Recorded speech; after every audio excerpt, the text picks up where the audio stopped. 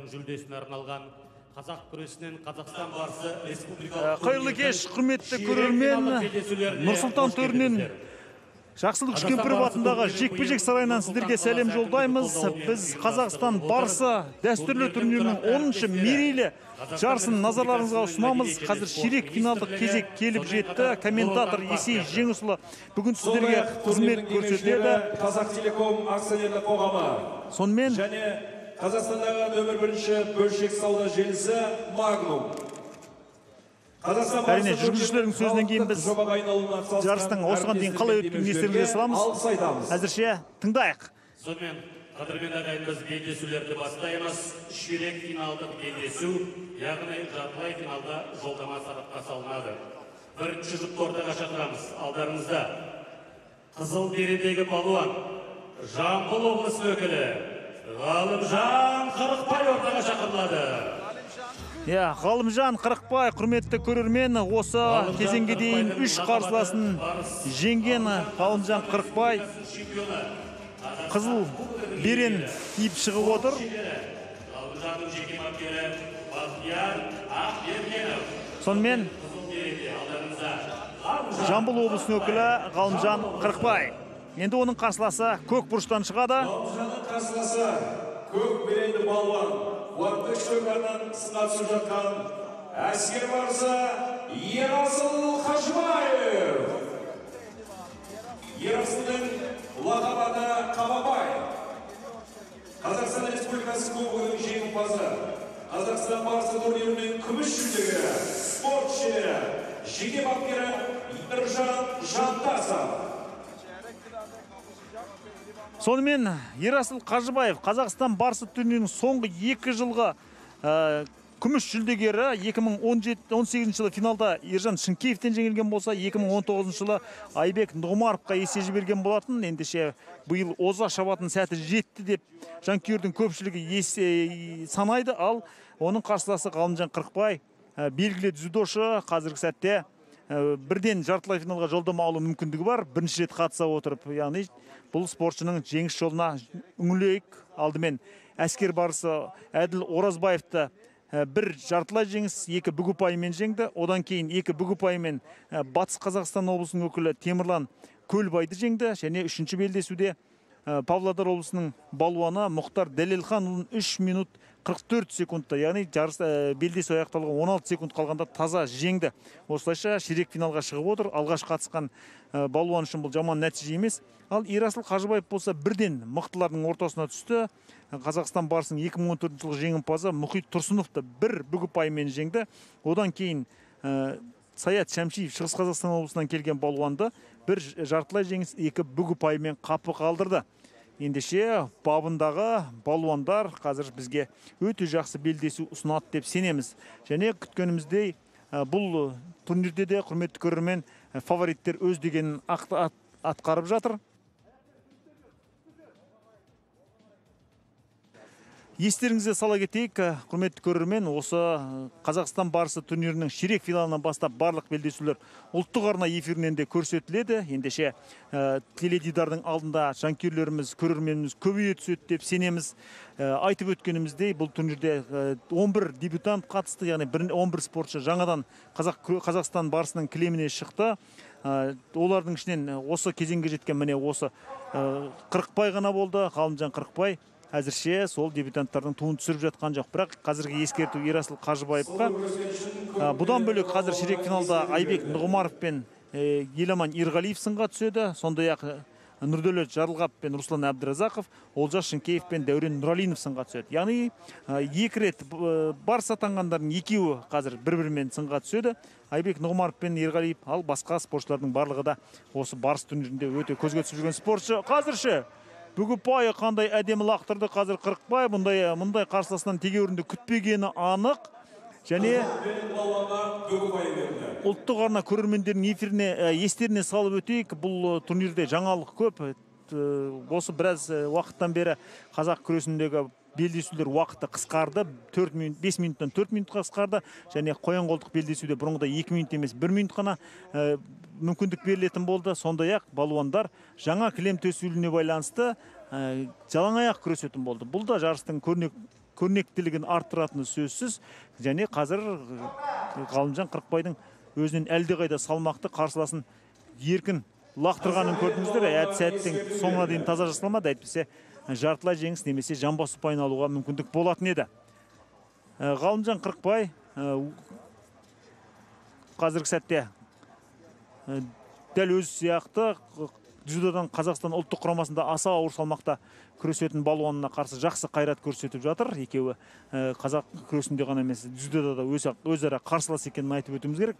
Бірақ Қазақстан барыс турнирінде екеуінің алғаш жолығып тұрғаны осы. Өйткені айтып өтеміз, Ғалымжан Қырықбай бұл турнирге бірінші рет қатысып жатыр. Ерасыл Қажыбаев болса, бұған дейін қапы қалдырған балуандары әрине былайша айтқанда жұрттың назарын аударарлық. Алғаш 2018 жылы қатысқанда Руслан Әбдіразақовты, Айдос Теңгебаевты, Еламан Ерғалиевті, Ерсұлтан Мұзапаровты жеңіп финалда ғана Шынкеевтен ұтылды. 2019 жылы өткен турнирде Ерасыл Қажыбаев алдымен Асылбек Әбдіровті Қостанай облысынан, одан кейін Мұхтар Дәлелханұлын Павлодар облысынан, одан кейін Ғабит Балғынбаевты Қостанай облысынан және жеңіп жартылай финалда Айбат Сейтеннен басым түсті.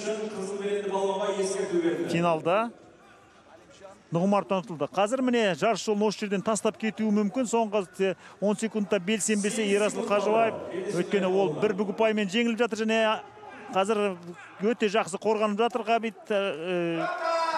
Ғалымжан Қырықбай. Сонымен уақыт аяқталды. Ғалымжан Қырықбай бір бүк ұпаймен жеңіске жетті. Жарыстың басты сенсациясы осы Ғалымжан Қырықбай болатын секілді. Бұл белдесуде бүк ұпаймен жеңіске қызыл беренді балуан Ғалымжан Қырықбай жеңіске жетті. Ғалымжан Қырықбай, Жамбыл облысының балуаны жартылай финалға шықты. Ерасыл Қажыбай осы жерден жарысты аяқтайды. Бұл жарыста Ерасыл Қажыбай Мұхит Тұрсыновты қапы қалдырған еді. Енді міне өзі де жарыс жолынан шығуға мәжбүр. Қараңыздар, қалай әдемі лақтырды бұл жерде.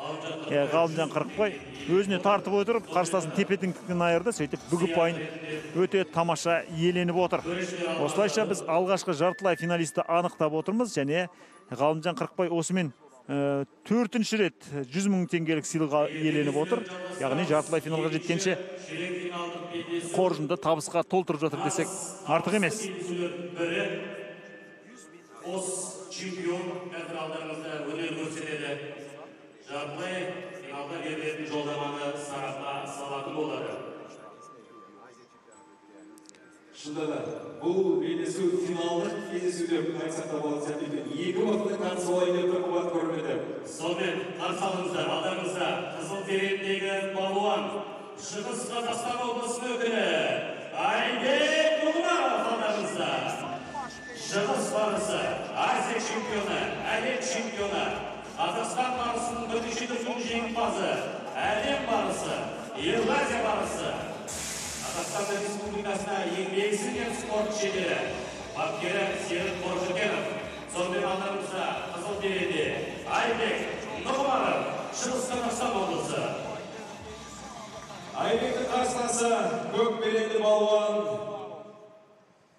Еламан Ерғалиев, Ақтөбе облысы. Лақап аты Жалаңтөс. Еламан Қазақстан барысының жеңімпазы, Қазақстан Республикасы чемпионатының жүлдегері, көшпенділер ойындарының күміс жүлдегері, спорт шебері.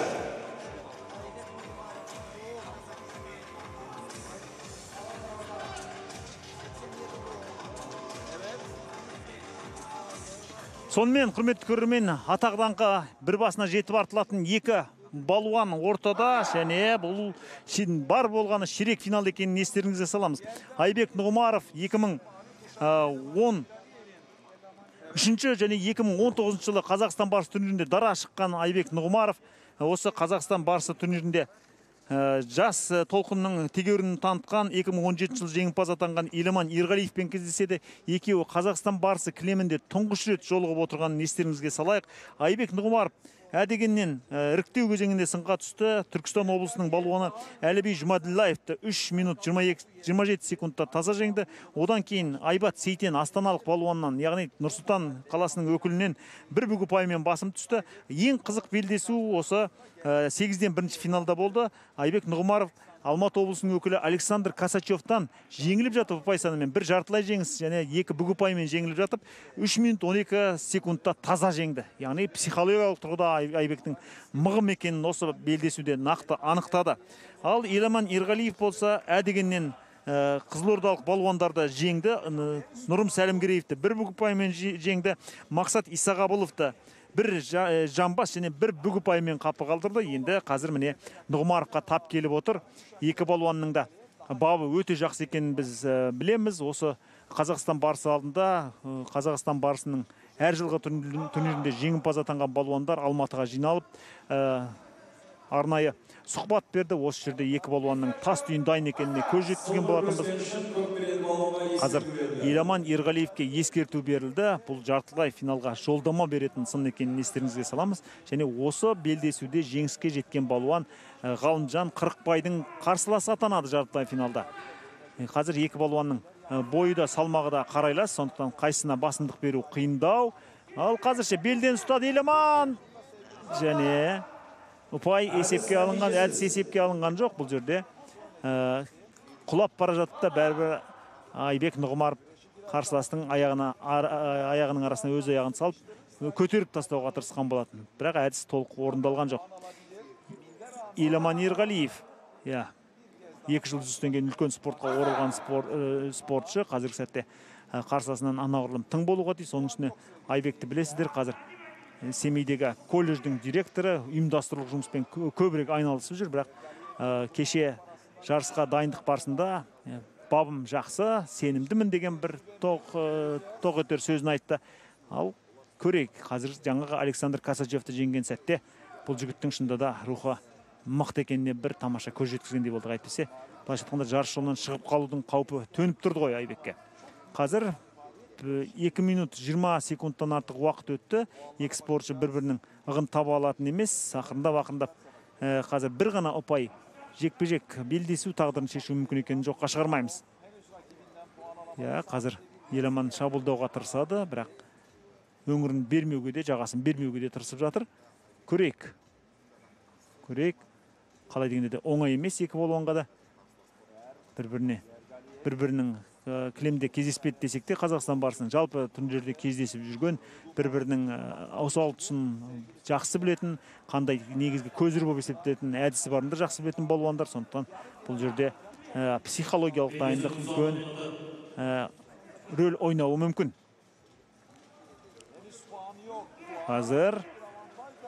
Қазір Айбек Нұғымаров шабуылға көбірек иек артып жүр, ал Еламандікі қорғаныс, бірақ Еламанның сыр бермейтінін жақсы білеміз. Сыр бермейтін сырбаз балуан қазіргі сәтте аса бір. Қазір тепе-теңдіктен айырып қарсыласты түсіруге тырысты. Ал бұл жерде әдісті бастағанмен аяқтай алмады. Демек нәтижесіз. Үлкен тәуекелге барды Еламан Ерғалиев бұл жерде, бірақ дегені бола қойған жоқ. Көрейік. Және соңғы секундтарды Еламан шабуылмен өткізетін секілді. Ал Айбек тек қана қорғанып қоя ма? Біз білетін Айбек болса, ол да шабуылмен жауап беруге тиіс. Тағы да тамаша мүмкіндік. Және жартылай жеңіс Еламан Ерғалиевтің еншісінде. Құрметті көрермен, бар жоқ 13 секунд қалғанда керемет әдіс жасады. Керемет, және соңына дейін жасады. Қарсыластың қолын байлап отыр. Ал қазір Айбек қайтеді. Жаңа жеңіліп жатып, жеңісті жұлып алған болатын. Қараңыздар, осы жерде жамбасқа алып тұрып, тура қырымен түсірді балуанды. Ендеше бұл ұпай күмәнсіз десек болады. Ал Еламан Ерғалиев қазір қорғана жүріп жарыс белдесу уақытын аяқтауға тырысады. 7 секунд қалды. Ал қазірше көтеріп тастай ала ма Айбек? Жоқ. Айбек 2019 жылғы чемпион атағын қорғай алмады. Құрметті көрермендер, бұл белдесуде жеңіске жеткен, жартылай жеңіс ұпайымен жеңіске жеткен көк белек балуан Еламан Ерғалиев. Осылайша Еламан Ерғалиев Қазақстан барысы атағын алған, соңғы рет алған, осы 2019 жылы Айбек Нұғымаровты жарыс жолынан шығарды, және қараңыздар 31 секунд қалғанда күтпеген шабуыл бастады. Сөйтіп ақтөбелік балуан бұл жерде тамаша нәтижеге жетіп отыр. Қараңыздар қалай. Бұл жерде қолы байлаулы болғандықтан Айбек Нұғымаров құрсаудан босап кете алмады. Еламан болса міне бір эмоциясын төккен жері осы болды. Қалай әдемі лақтырды. Былайша айтқанда Айбек қарсыласына өзінің әдісімен түсіп қалды. Әдетте білесіздер, осылай қарсыластың екі аяғының ортасынан көтеріп тастап керемет жеңіске жетеді. Бұл жерде тепе-теңдігін мүлде сақтай алмаған екен Айдос. Ендеше бір жартылай жеңіс жеткілікті болды. Сонымен қатар кездесулер жалғастырайық. Үшінші ширек финалдық кездесу алдымызда әдеттегі қос балуан. Қызыл береде Маңғыстау облысының өкілі Нұрдәулет Жарылғапов ортаға шақырылады. Нұрдәулеттің лақабаты Қарабура. Нұрдәулет спорт шебері, Қазақстан чемпионы, Қазақстан кубогының иегері, көшпенділер ойындарының жүлдегері. Жеке бапкері Елубай Кенжебай. Сонымен қызыл бередегі балуан Нұрдәулет Жарылғапов. Маңғыстау облысы алдарыңызда. Duasını yaptı Jarılgapov. Nurdavlet'in karşılası kök bereli balvan Ruslan Abdurazakov. Алматы облысы. Лақап аты Абадан. Ruslan Қазақстан барысы жобасы турнирінің күміс қола жүлдегері. Әлем чемпионы, Қазақстан Республикасының чемпионы, Еуразия барысы, әлем кубогының жүлдегері, халықаралық дәрежедегі спорт шебері, жеке бапкері Ұлан Рысқұл. Нұрдәулет Жарылғапов және Руслан Абдразақов осы ширек финалдың тағы да ажарын кіргізетін балуандар. Бұл жерде Русланның әлдеқайда тәжірибелі екенін білесіздер. Қарсыласынан 8 жас үлкен, бірақ соған қарамастан Нұрдәулеттің де бұл турнирде үлкен тәжірибе жинағанын жоққа шығармаймыз. Нұрдәулет биылғы турнирде алдымен Жамбыл облысының өкілі Айбол Айтбектен 2 бүк ұпаймен айла асырды, және дәл сондай ұпай көрсету арқылы, яғни 2 бүк ұпайын жинау арқылы ол Атырау облысының балуаны Арман Қалиевті жеңе отырып осы кезеңге шықты. Ал Руслан Абдразақов болса алдымен Ислам Махамбетовті 2 минут 3 секундта таза жеңді. Одан кейін Ақмола облысының балуаны Бекбол Нұрланұлын 2 минут 39 секундта жеңді. Яғни бұған дейінгі екі қарсыласында Руслан таза жеңген екен, және Бекбол Нұрланұлын жеңген сәтте үлкен шеберлік танытты. Басынан асырып лақтырды, төрешілер таза жеңісті бірден мойындады. Ендеше қазіргі сәтте Жарылғапов пен Абдразақовтың өзара кездесуіне назар аударайық. Руслан Абдразақов 2019 жылғы турнирде 3-ші орын алған болатын. Ол жартылай финалда Айбек Нұғымаровтан жеңілген болатын, бірақ қазір кестенің қарсы бетінде, яғни осы кездесуде жеңіске жететін болса, онда Шынкеев Нұралинов арасындағы кездесудің жеңімпазын күтеді, қалай дегенде де. 2018 жылы Руслан Абдразақов алғашқы кездесуде Әділжан Ыстыбаевтан басым түскенмен, екінші кездесуде Ерасыл Қажыбаевқа есе жіберді. Бірақ бүгін Ерасыл, байқағандарыңызда, Ғалымжан Қырықбаевтан жеңіліп қалды.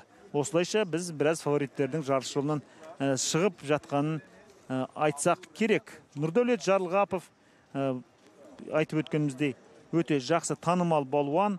2018 жылы бұл балуан ширек финалға дейін, яғни осы кезеңге дейін жетіп, астаналық балуан Айбат Сейтенге есе жіберген болатын. Және Жарылғапов оған дейін Әділжан Ыстыбаевты, Талғат Әміреновті жеңді. Яғни былайша айтқанда әбден танымал балуан. Қазір 2 минут 16 секундтай уақыт бар, сондықтан әзірше қай жеңгенің менікі деп отыратындай жағдай, өйткені бір-біріне өте лайық балуандар, бір-бірінің қарымын жақсы білетін балуандар. Осы жарыстың қарсаңында мамандардың біразы басым бөлігі Жарылғаповтың да дер шағына жеткенін айтты. Бір оза шабатын уақыты келгенін, 25 сақа жігіттің жасына жеткенін айтты. Әзірше соған күмән келтіретін емес Жарылғапов, бірақ міне мықты қарсылас жолыққанда, тәжірибелі қарсылас жолыққанда қайтер екен. Ал Руслан болса қазір басын арашалап алды, қарсыластың құрсауынан енді өзі шабуылдай ала ма? Қолы ұзын Русланның. Айтып өткеніміздей, бұл жолы Русланды жарысқа өзінің туған ағасы, Қазақстан барысының тұңғыш жеңімпазы Ұлан Рысқұл дайындап әкелді, және қазір айналдырып түсірді, бірақ өзі тізесін бірінші жерге тигізіп алғандықтан бүк ұпай ғана есепке алынады. Әйтпесе шынында да жамбас ұпайы берілуі мүмкін еді. Ал Нұрдәулет қарсыласының осындай шабуыл жасауы мүмкін екенін сезіп тұрды, бірақ қарсы айланы неге қолданбады деген сұрақ туындайды. Русланның қолы ұзын екенін біледі және айналдырып түсіруге шебер екенін біледі. Нұрдәулет бұл жерде аңысын аңдып күтіп қалған секілді көрінеді. Бір бүгіпайы Русланның еншісінде Алматы облысының өкілі Александр Косачев екеуі Алматы облысының іріктеуінде осы Қазақстан барысының финалдық турниріне жолдама алды. Және бүгіпайы, күтпеген жерден бүгіпайы Нұрдәулет Жарылғапов тік тұрған жерден қазір Руслан Әбдіразақты тізерлетіп есепті теңестірді. Таблодағы есеп тең, бір-бірден бүгіпайы бар екі балуанда. Ал қалған 50 секундта кім қарымды болады? Кімнің дайындығы мықты? Көрейік. Бүгіпайы бар. Көрейік. Қазір Руслан тағы да өзінің ыңғайына келтіретін секілді, бірақ басын сол жаққа қарай арашалауға тиіс. Біз білетін әдісіне салғысы келсе, ал бұл жерде жарты минутта осы әдісін іске асырып үлгере ме? Қараңыздар, ескерту қазір Нұрдәулет Жарылғапқа беріледі, өйткені ол қарсыластың қолын байлап жатыр қазір, саусағын байлап жатыр. Жоқ, бұл жол кеңдік танытты төреші. Кеңдік танытты, ешкімге ескерту берген жоқ. 25 секунд қалды. Ескерту берген күннің өзінде ол балуандарға еш әсер етпейді, өйткені бұған дейін екеуі де ескерту алған жоқ. Бұл белдесуде ал қазір 15 секунд. Жоқ. Соңына дейін істеген жоқ. Нұрдәулет өзі тізесін бүгіп алды бұл жерде. Ал қазір мойнынан жарақат алып қалған секілді Руслан Әбдіразақов. Қазір тіпті қатты ауырсынып жатып қалды. Мойнына зақым келді ме? Ескертейік, дәрігер көмегін алған сәтте 2 минут қана жүгіруге тиіс балуандар. 2 минут ішінде кремге оралмаса, онда жеңілген болып саналады. Сондықтан қазір осы жерде міне мойны қайырылып түскен екен, оңай емес.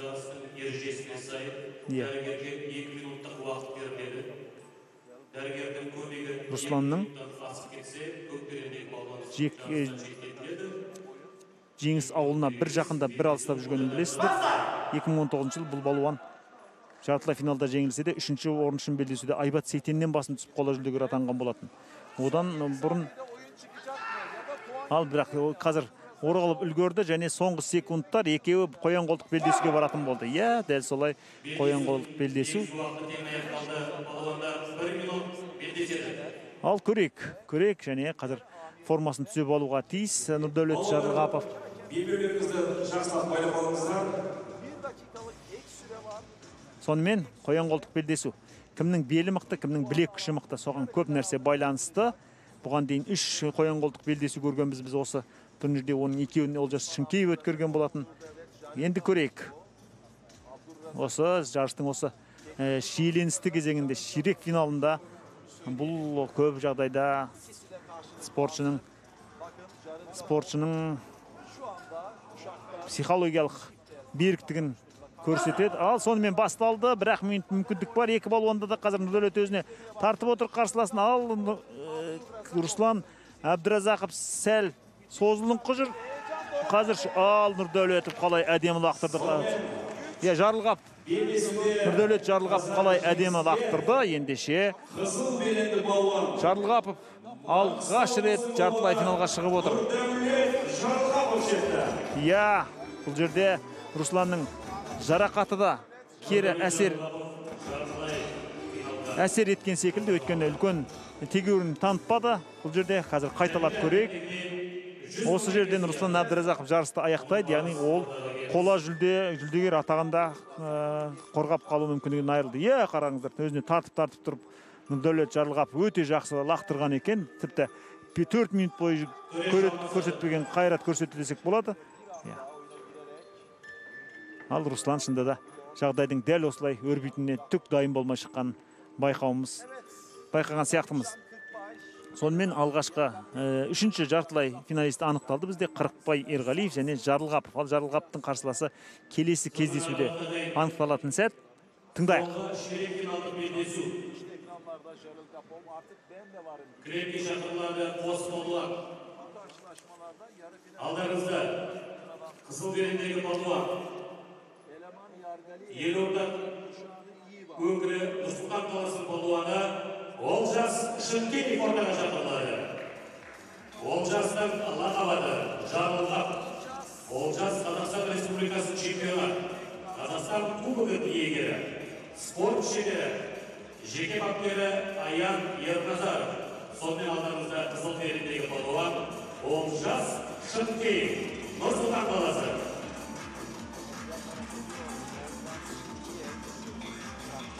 Олжастың қарсыласы көк беренді балуан Дәурен Нұралинов, Шығыс Қазақстан облысы. Латапада Шығыс Арнада. Дәурен халық барысы турнирінің жеңімпазы, Қазақстан Республикасы кубогының жеңімпазы, спорт шебері, бапкерлері Игенбаев Ербол, Қыздарбеков Думан. Mücadelede karşılaşacak güzel bir yer. Öne taklayla girdiklere Davren Nuralinov. Сонымен, құрметті көрермен, біз соңғы ширек финалды тамашалаймыз. Олжас Шынкеев және Дәурен Нұралинов. Екі балуан бір-біріне сай және жанкүйлерден ептеп сүйінші сұрап қойсақ та болатын шығар. Бұл кезеңге бұған дейін Қазақстан барысында жеңімпаз атанбаған 3 бірдей балуан шығып отыр. Ғалымжан Қырықбай, Нұрдәулет Жарылғапов және осы кездесудің жеңімпазы бұған дейін Қазақстан барысында жеңімпаз атанбаған балуандар. Ендеше жалғыз атақ иегері Еламан Ерғалиев қана қалды. Әрине біз фавориттердің жеңілгенін алақайлап айтпақ емеспіз, бірақ әр турнир сайын жаңа есімдер шығып, жаңа жеңімпаз белгілі болып жатса, ол қазақ күресінің айдыны тарылмайды, керісінше кеңей түседі деп айтатын сәтке мүмкіндік береді. Олжас Шынкеев іріктеу кезеңінен қатысты. Алғаш Бекзат Ахметбековті қоян-қолтық белдесуде өтті. Одан кейін Алматы қаласының өкілі Жасұлан Міркеновті бір бүгі пайымен қапы қалдырды. Ал үшінші айналымда Ақмола облысынан келген Әсет Жүнісовті қоян-қолтық белдесуде өтті. Яғни қайталап айтамыз, Олжас Шынкеев бұған дейін қарсыластарына көп күш жұмсаған балуан және ол тұңғыш рет осы кезеңге шығып отыр. Дәурен Нұралинов болса, биыл Шығыс Қазақстан облысының атынан сынға түседі. Алғашқы кездесуде Қарағанды облысынан келген Ақжігіт Ораловтан 2-де 2 минут 35 секундта басым түсті. Және қазір Олжас ескерту алды. Ал бұдан кейін Ақтөбе облысының балуаны Нұрсұлтан Иманғазинді Нұралинов тура соңғы секундта таза түсірді. Яғни әдіс жасаймын деп бұл жерде Иманғазин өзі жауырынымен түсіп қалды. Сондықтан да Нұралинов келесі кезеңге таза жеңіспен жолдама алды. Ендеше Шынкеев пен Нұралинов арасындағы кездесу бүгін өте қызықты болуға тиіс. Олжас Шынкеев 2019 жылғы Қазақстан барысы турнирінде 3-ші айналымға жетіп, Айбат Сейтеннен жеңілген болатын. Яғни ал Дәурен Нұралинов болса, 2 жыл бұрын өткен турнирде 3-ші айналымда, яғни ширек финалға шығып, Айбек Нұғымаровқа есе жіберді. Ендеше екі балуанда бұған дейін жарысты ерте аяқтаған балуандар қатарында. Қазір Дәурен Нұралиновтың белбеуі шешіліп кеткен екен. Ендеше қазір қатайтып байлап алып қайта шығады балуан. Бұл азаматтың 2019 жылғы халық барысы турнирінің жеңімпазы екенін білесіздер.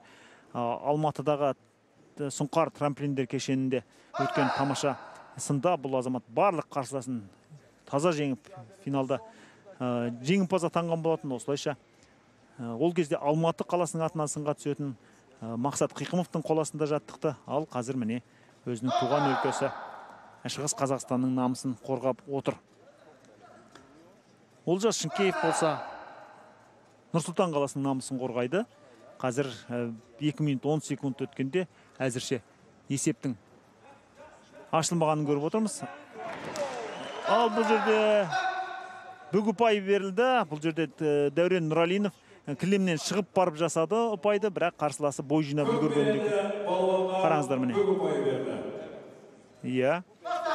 Бүгі ұпайы ендеше қазір басымдық Дәурен Нұралиновке көшті. Өте бір жақсы психологиялық басымдыққа ие болғаны күмәнсіз Нұралиновтың. Және байқағанымыздай Нұралинов кәдімгідей толыса түскен, кәдімгідей салмағы артып, денесінің де ірілене түскенін байқаймыз. Ең бастысы біз білетін Дәурен болса көбірек эмоцияға бой алдыратын еді. Ал қазір қайталап көрейік. Жаңа қатысым біздің ойымызша жартылай жеңіске лайық секілді. Төрешілер қандай шешім қабылдайды екен? Қайталап көрейік міне. Өзіне қарай тартты. Иә, бұл емес, мұның алдындағы сәт. Мұның алдындағы сәт жоқ, бұны қайталап көрсетуіміз қажет. Иә, бүгі ұпай берілген сәтті қайталап тамашалауымыз керек. Көрейік. Бұл жерде міне осы қараңыздар өзіне тартты. Bu daha önceki pozisyon. Кілемнен шығып барады. Иығымен, қырымен түсірген секілді. Қайталап берсеңіз. Міне. Белден қапсыра ұстады. Шалды аяқтан сөйтіп кілемнен аяқ шығып кеткен екен. Осы нәрсе ескерілмесе, әйтсе жартылай жеңіс секілді бұл ұпай. Көрейік. Төрешілердің шешімі қандай болады? Қайталап берсеңіз. Қайталаймыз қайтадан. Нақты көз жеткізіп алу керек. Сондықтан бұл жерде сәл балуандарға тыныстап алуға да тамаша мүмкіндік, бірақ шешім әділ болуға тиіс. Қараңыздар міне. Шалды аяқтан және тастады. Міне, осы жерден дұрыстап көрінетін шығар. Иә, жартылай жеңіс дегенге жақын, бірақ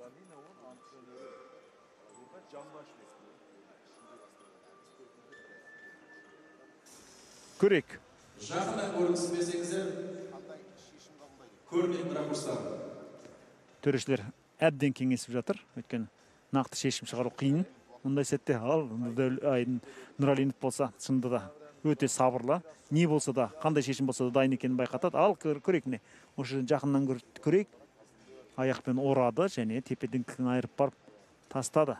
Сытылуға тырысқан болатын, бірақ бәрібір денесін толық беріп алды бұл жерде. Олжас Шынкеев. Міне. Нәтиже өзгермейді. Иә, бүк ұпайы қалған секілді. Бүк ұпайы. Иә, жартылай жеңіс емес, бүк ұпайы қалатын болды. Қалай дегенде де бәрібір психологиялық басымдық қазір Дәурен Нұралинов жақта. Ал Олжас қазір шабуылдауға тиіс.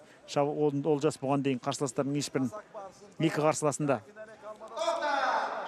қарсыласында көп уақыт жұмсап жеңген болатын. Ал қазір оның алдында таудай болып Дәурен тұр. Нұралинов тұр. Сондықтан ескерту Дәурен Нұралиновқа және бірден шабуылға көшкен Дәурен Нұралинов бүк ұпай, екінші бүк ұпайын алып отыр. Күтпеген шабуыл жасады. Бұған дайын емес, әрине Олжас Шынкеев қарсыласы қорғанады деп сенген секілді. Ал міне тағы бір шабуыл бола ма Дәуреннің орындауында? Жоқ. Дәурен белден ұстай алмады. Тез арада шешім қабылдау керек болды бұл жерде. Ал қазірше. Қазір шабуылдайтын Олжас Шынкеев екені байқалып тұр. Тоқта деген команда тағы беріліп отыр. Қайтадан ортаға шақырылды қос балуан. Олжас әрине шабуылдауға мәжбүр. Соңғы минут, соңғы 50 секунд былайша айтқанда, құрметті көрермен. Ендеше қазір Олжас енді қоян қолтық белдесуге иек арта алмайды. Ал Дәурен Нұралинов екінші ескертуін алып отыр.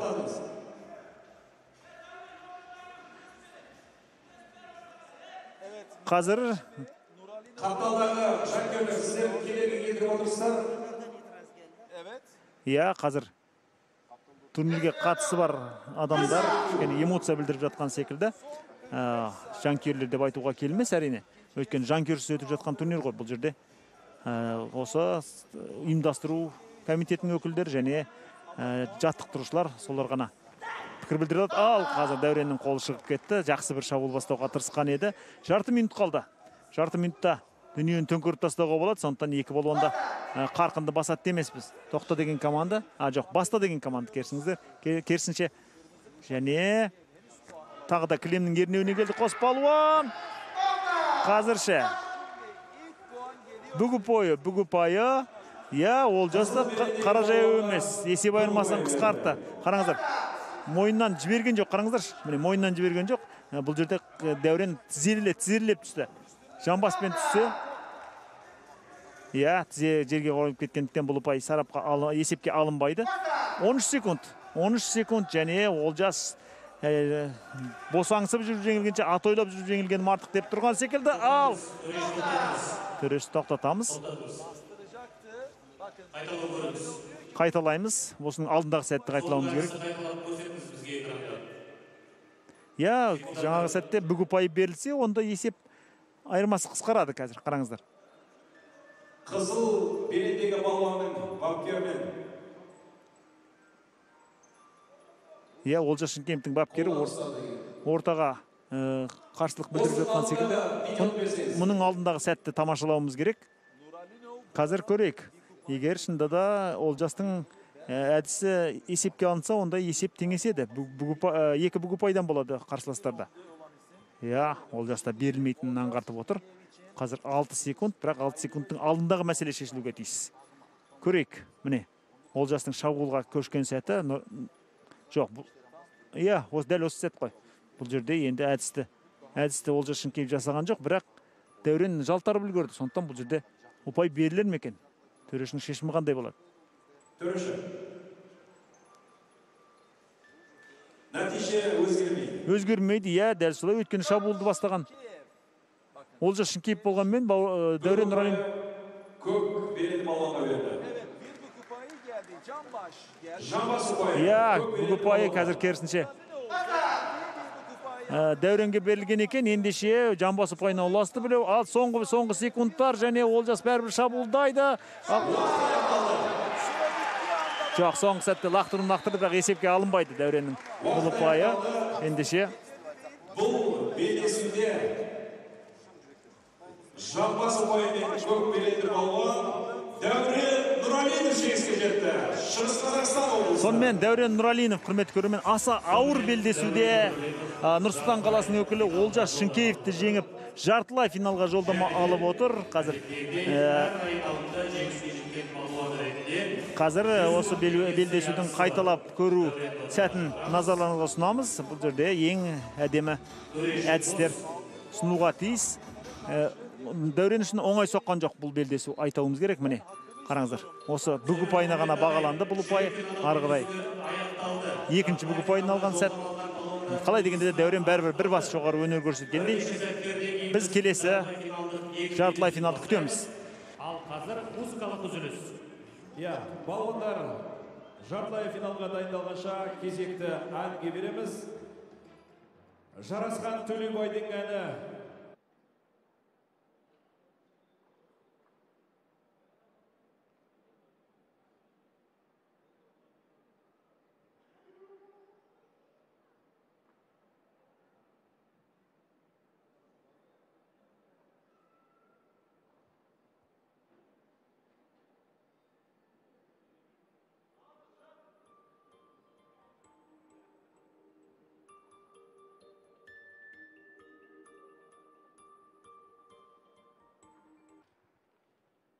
Келесі тыңдайтын әндеріңіз Шөмішбай Сәриевтің сөзіне жазылған Дархан Дәулетияровтың әні «Алға қазақ елі».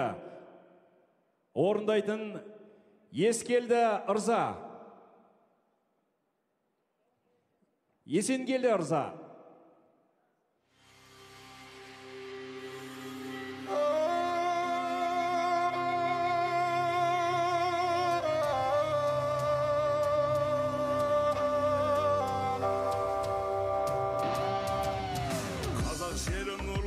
Қарыштан байтақ дала кең жайылған кереге, көкжиектен күлімдеген атты таң, құтты мекен біздің елде береке. Алға қазақ елі, алға қазақ елі, ұлы мақсат орындалсын тағы да. Қазақ елі, алға. Алашымның шырқалады шырәні, елдігімнің берік болсын ортасы. Күн астында халықтасын қыраным, жарқырасын қазақтың ақ ордасы. Алға қазақ елі, қазақ елі, ұлы мақсат орындалсын тағы да. Қазақ елі, алға.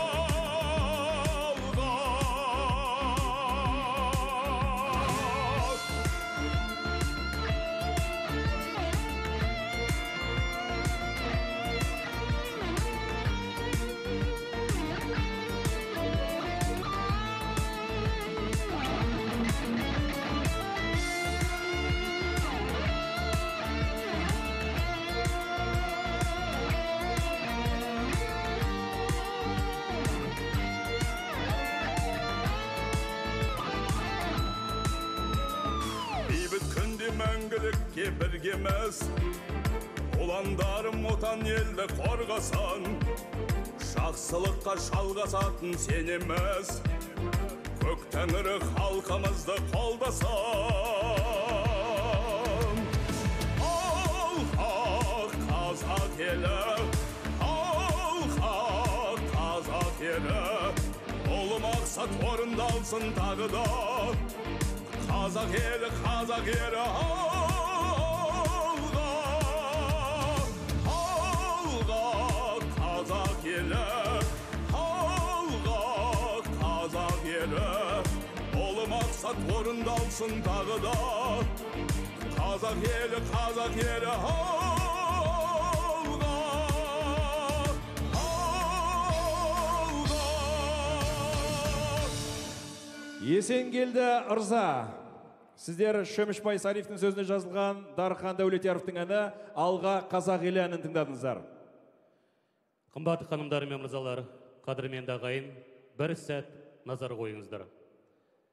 Өткен жылы қазақ журналистикасы үлкен қайғы қазаға душар болды. Халқының көз айымына айналған еліміздің бір туар ұлы, белгілі журналист Бейсен Құранбек ауыр дерттен көз жұмып мәңгілікке аттанды. Өздеріңіз білетіндей, Бейсен Қазақстан барысы турнирін талай жылдар жүргізген еді. Бүгінде Қазақстан барысы турнирінің ұйымдастыру комитеті Бейсен Құранбекті еске алып, арнайы бейнефильм әзірлеп отыр. Соны бірге көрейік. Назарларыңыз экранда болсын.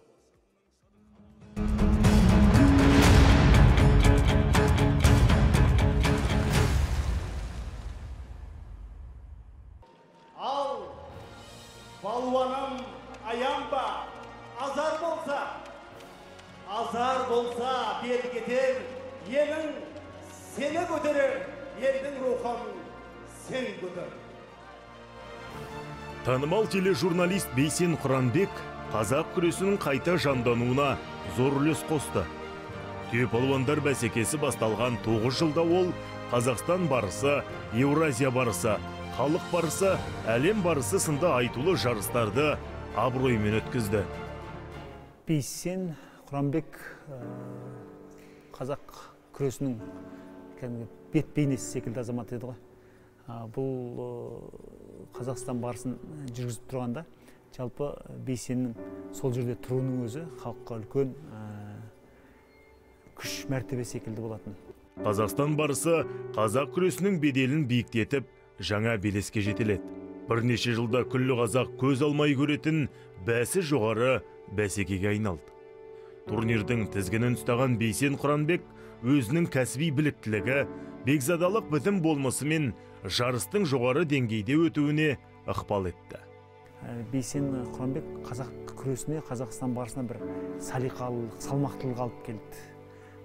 Әлгі даурығып, жоқ жерден әлгі атын аламанға қосқан адамның делебесін қоздыратындай емес, керісінше соны бір арнаға бағыттап, бәрін ортақ мүдде жолына топтастырып, жинастырып отыратын бір дауыстың иесі еді сол жерде Бейсен ағамыз. Құрылтай онда шешті ма? Болашақта осындай жарыс тағы да ұйымдастырамыз ба? Айтулы жарыстың финалдық кезеңіне өңірлер мен қалалардан және күштік құрылымдардан іріктеліп келген кіл мықтылар қатысады. Жыл сайын олардың қатары жастармен толығып отыратыны да белгілі. Бейсен Құранбек аймақтың атынан шығып, боз кілемде өнер көрсететін әрбір балуанды бауырым деп білді. Батырым деп жанына жақын тартты. Руслан батыр деп ылғи сөз сөйлейтін батыр, ей батыр қалайсың деп өзінің жақсы көретін сөзінің бірі болу керек. Ылғи да айтып жүретіні Руслан, сен білесің ғой, мен саған жанкүйер екенімді дейді. Сен қанша барысқа шықсаң да, біз жаңағы өз жүргізушілер бар, операторлар бар, өздерінің арасында бәстігеді екен де, биыл Руслан алады. Міне жігерлі жеңіс деген осындай болады. 1 минут 19 секундта Руслан Әбдіразақов құрметті көрермендер қарсыласының таза жеңіске. Алтын белбеуді қашадаlar. Оған да бір реті келер. Айбатжан, тұра ғой. Қанша осы барысқа күресіп жүрген палуандардың біреуін бөлмеді ғой. Барлығына әрқашан аттарының атына обязательно жан деп қосып отырады. Өйткені ол жан деген сөз енді жақыным деген сөз, мен сені қатты сыйлаймын деген сөз, сондай еркелетіп, сондай бір адамды рухтандыратын болған азамат болды. Бейсен Құранбек түр тұлғасы, адамгершілігі, ішкі мәдениеті, қарым-қабілеті арқылы көпшіліктің көңілінен шыға білді. Жарысты тамашалауға келген қалың жанкүйер ұлтын сүйген ұлды өзінің сенімді өкіліндей көрді. Төрешілердің шығарған шешіміне жұрттың көңілі толмай жатса, бір-бірін ол жерде Бейсен отыр ғой. Ол ешқандай олқылыққа, бармақ бастылыққа жол бермейді. Қазір қарап тұршы, дұрыстап шешеді деп. Сол жерде Бейсенді бір халықтың ары ретінде көретіндей жағдайлар болған екен. Бейсен Құранбек байрақты бәсекені жүргізіп қана қойған жоқ. Жарыстың басынан аяғына дейінгі жұмысына білек сыбана кірісті. Маңдай терін төгіп жүріп қызмет етті. Тыңнан түрен салған жобаның сценарийін жазып, ұлттық нақышта ұйымдастырылуына ат салысты. 10 жыл бойы Қазақстан барысы бар, Евразия барысы бар, әлем барысы бар. Сол жобаларымыздың тотем болатын да, сол жобаның тізгінін ұстап отыратын, басынан аяғына дейін атқарып отыратын Бейсекең болатын да. Сондықтан кәдімгідей бізді жетімсіреп қалдық, Қазақстан барысы да жетімсіреп қалды. Өйткені басқа жүргізушілер бар, дарынды, талантты деген сияқты, бірақ та осы соңғы мәрте әлем барысының тізгінде Бейсекеңнің әртүрлісі. Енді сонда айтқан жоқ, бізге ауырып жүрген қиналып, өзінің орнына мықты жігіттерді жіберді, бірақ та біртүрлі басқаша өтті. Сондықтан әрине Бейсеннің өзінің бір аурасы болатын да, өзінде енді Қазақстанның барысы деп атасақ артық болмас деп ойлаймын. Расында да Бейсен Құранбек саналы ғұмырында халық үшін қалтқысыз қызмет етіп, абырой биігінен көрінді. Қазақ журналистикасының құлагеріндей болған ер азаматтың есімі, жарқын бейнесі ел жадында мәңгі сақталар анық. Әділ өтсін турнир, нағыз жүйрік, нағыз тұлпар, нағыз бабы келіскен балуан жеңіске жетсін. Айтуға оңай.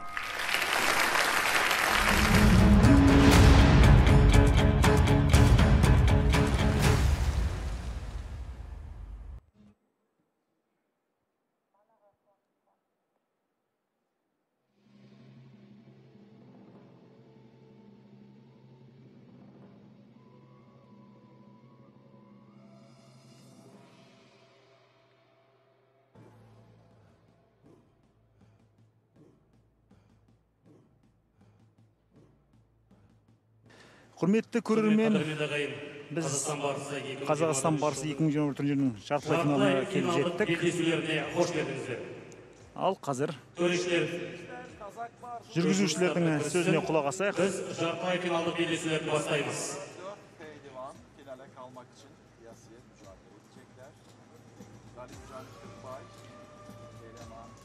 Сонымен ең бір шешу сәттерге келіп жеттік. Қазір екі белдесу финалға шығатын, яғни ақтық сынға шығатын екі балуанды Сонымен анықтайды. төрешілер дайын, кілемдегі төреші, кілем жетекшісі, тақалдағы төрешілер.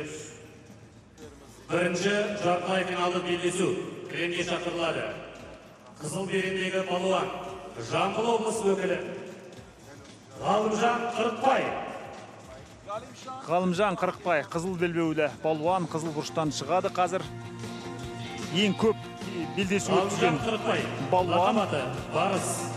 Ғалымжан Қырықбай Қазақстан чемпионы, спорт шебері, жеке бапкері Дамир Рамазанов. Сонымен алдарыңызда қызыл беренде Ғалымжан Қырықбай, Жамбыл облысы өкілі. Ғалымжанның қарсыласы көк беренді балуан Еламан Ерғалиев, Ақтөбе облысы. Лақап аты Жалаңтөс. Еламан Қазақстан барысы жеңімпазы. Қазақстан Республикасы чемпионатының жүлдегері, көшпенділер ойындарының күміс жүлдегері, спорт шебері.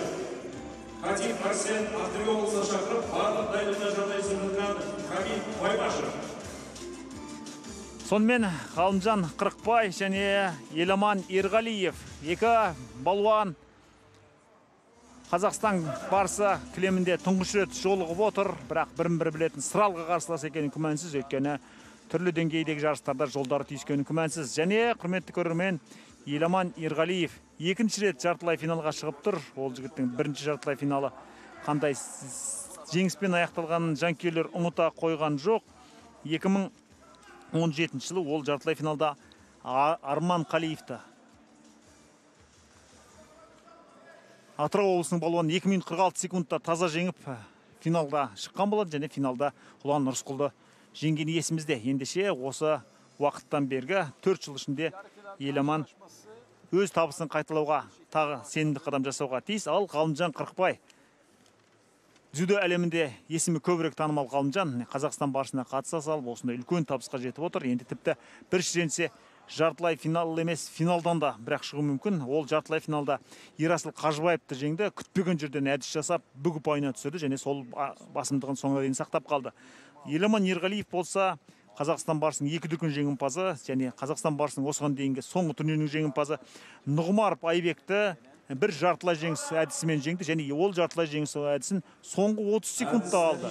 Ендеше екі балуанда өте шешімді мінезді екенін осыдан аңғара берсек болады. Ал жартылай финалдың қазіргі міне 1 минут 15 секундында әзірше бірін-бірі ала алмай жатыр, бір-бірінің осал тұсын таба алмай жатыр.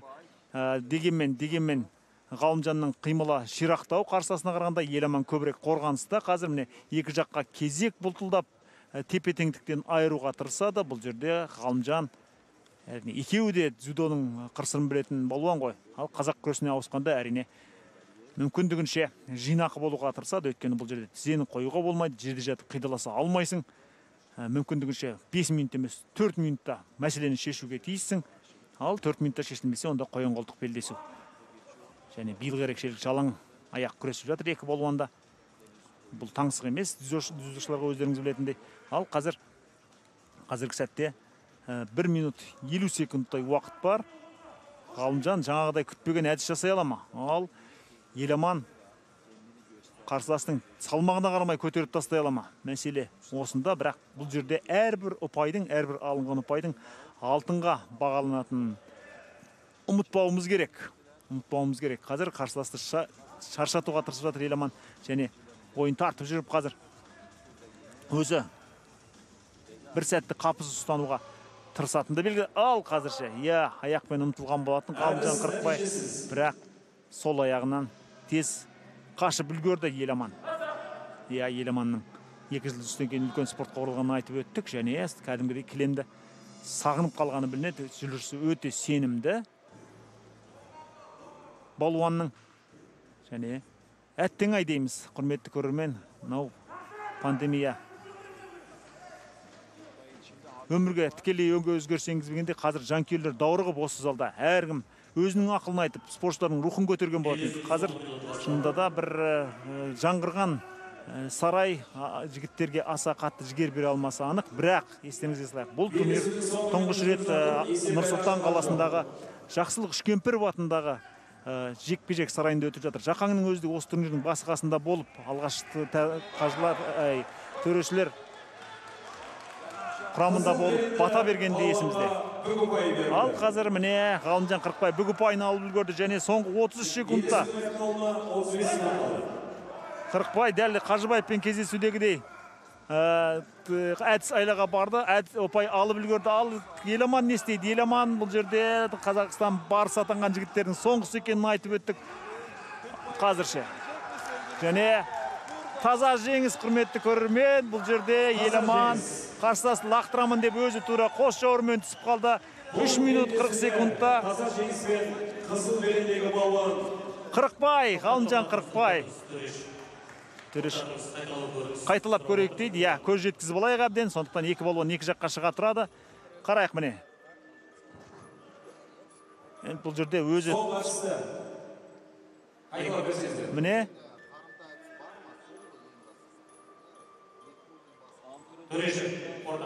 төреші ортаға шақырылды. Демек, бас төреші бастаған. Өзгерген жоқ, қайталап көрдік. Және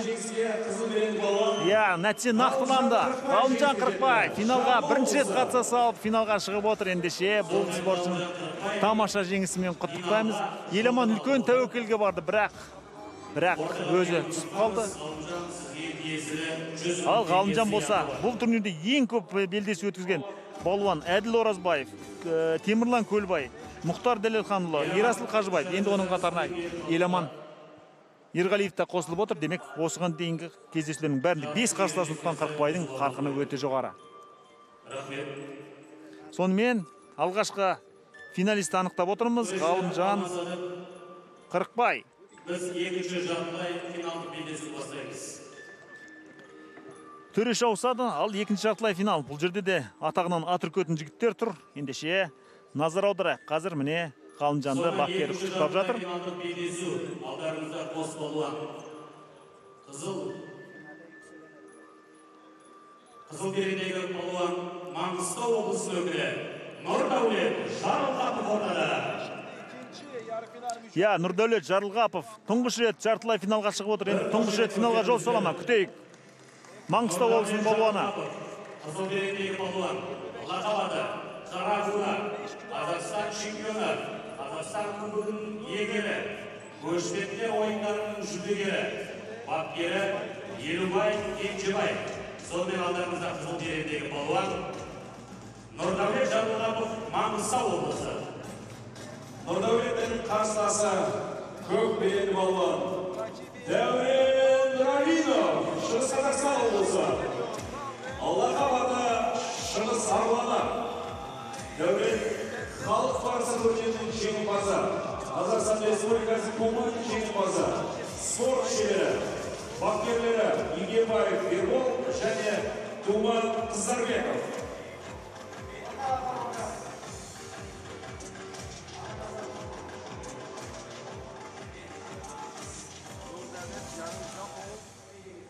Сонымен, құрметті көрермен, біз екінші жартылай финал Нұрдәулет Жарылғапов пен Дәурен Нұралинов арасында өтеді. Маңғыстау облысының өкілі Нұрдәулет Жарылғапов және Шығыс Қазақстан облысының өкілі Дәурен Нұралинов. Екеуі де бұл кезеңге тұңғыш рет жетіп отыр. Сондықтан балуандардың не бел кетсін, не белбеу кетсін деп бел буына кірісетін тамаша белдесуі болады деп сенеміз. Және қазіргі сәтте екеуі де аңдысып тұрған жағдай бар. Жарылғапов осы кезеңде, осы ширек финалда Руслан Әбдіразақовты қоян қолтық белдесуде өтті және бірден шабуылға көшіп қоян қолтық белдесу басталғанда оң жаққа қарай айналдырып түсірді. Ал Нұралинов болса Ержан Шынкеевті 3 бүк ұпайын жинап, яғни бір жамбас ұпайына ұластырып жеңіске жетті. Ендеше, былайша айтқанда, екі балуанда осы кездесудің алдында кәдімгідей күш жұмсады десек болатын шығар.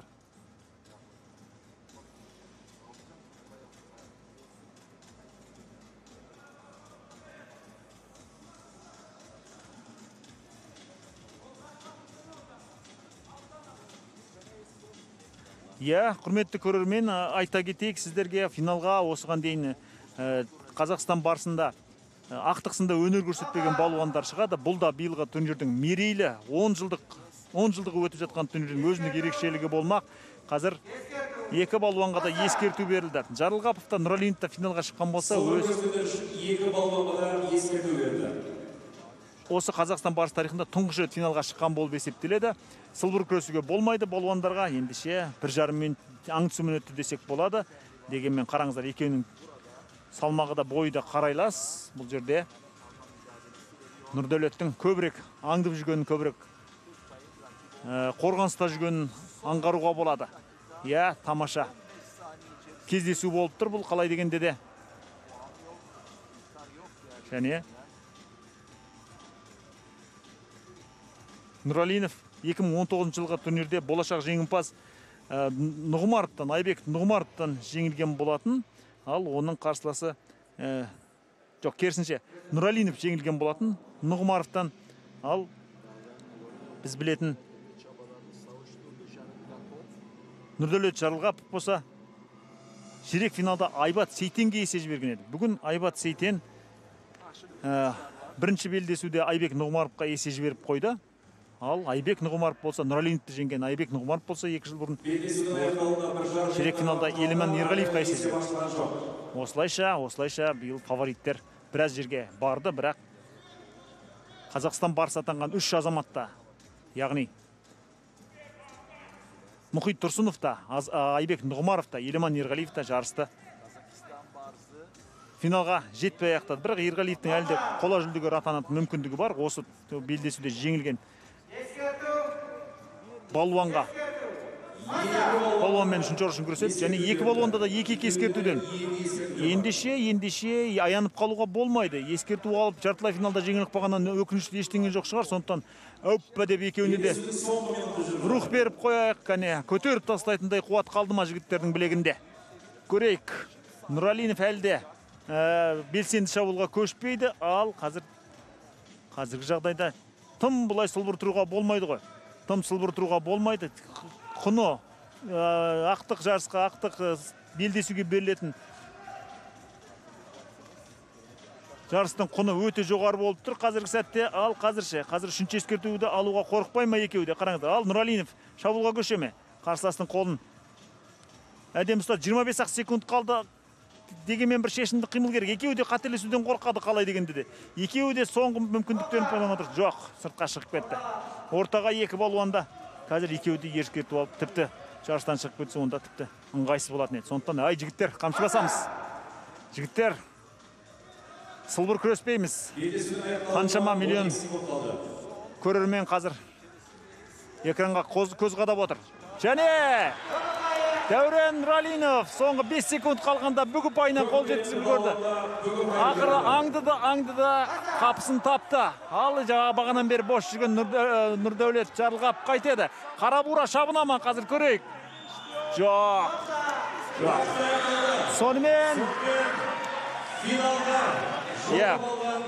бір бүгіп аймен Дәурен Нұралинов финалға шығып отыр, құрметті көрермен. Аңдыды. Ақыра Дәурен Нұралинов бір бүгіп айын иеленіп финалға шығып отыр. Ал Нұрдәулет жарылғап болса неге келіспейді? Шында да әдіс жасатып қойды ғой қарсыласқа. Ешкімге ренжитін жөні жоқ. Ал Дәурен Нұралинов осылайша алғаш рет финалға жолдама алып отыр. Дәурен Нұралинов. Бір музыкалық үзілістен кейін біз үшінші орын үшін белдесу бастайтын боламыз. Сонымен қазір музыкалық нөмір, содан кейін жүлделі орындар таратылады. Финалға балуандарымыз дайындалғанша Нұржан Өмірбайдың сөзіне жазылған Жарасқан Төлебайдың әні «Мен қазақпын». Сахнада Қуандық Рахым.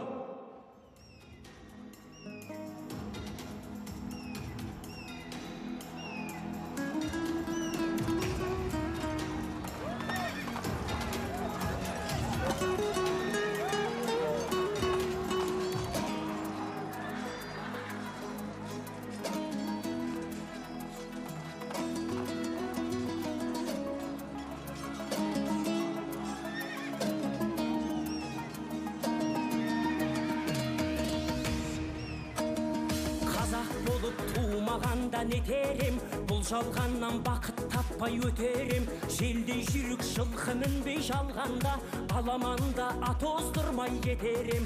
Қазақ болып туымағанда нетерем, өкініштен өртенерем өтемен. Қасиетті домбыраны қолға алмай, қоңыр үнді әуелеттен кетерем.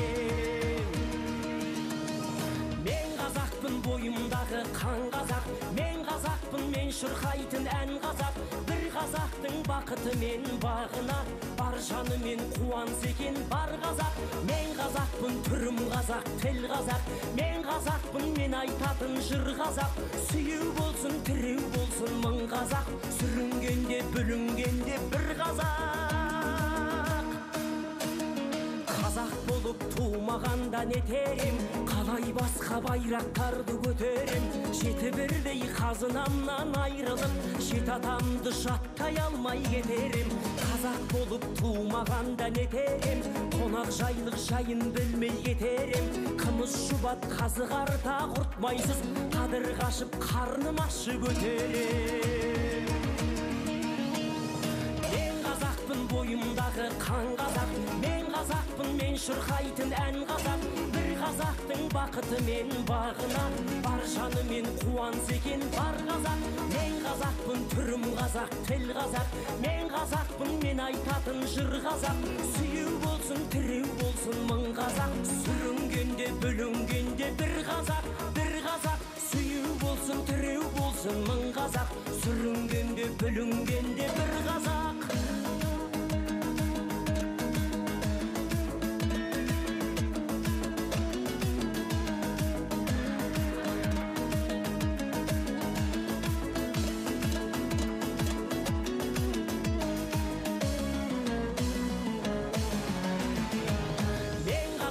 Бойымдағы қан қазақ, мен қазақпын, мен шырқайтын ән қазақ. Бір қазақтың бақыты мен бағына, бар жанымен қуанса екен бар қазақ.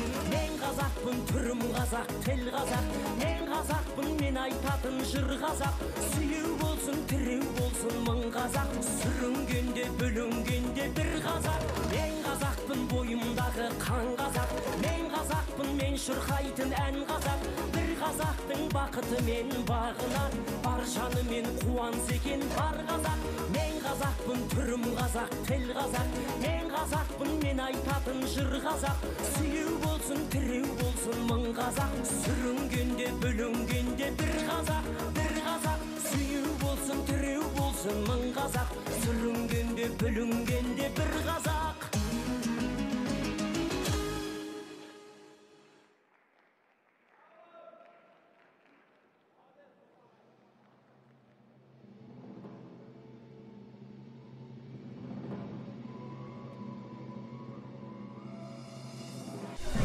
Ұрпаққа мұра етіп қала қалдыру бабалардан келген үрдіс.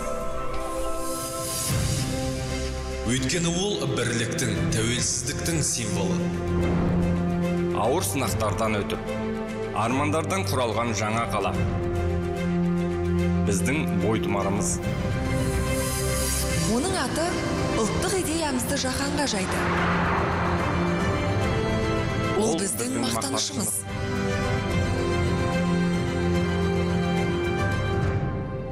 Біз Нұр-Сұлтаннанбыз.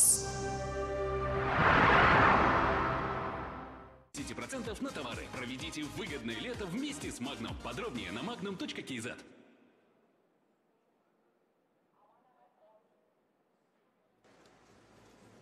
Құрметті көрермен, шешуші сәттерге де келіп жеттік. Алдымен бүгінгі турнирдің қола жүлдесін сарапқа салатын қолбандар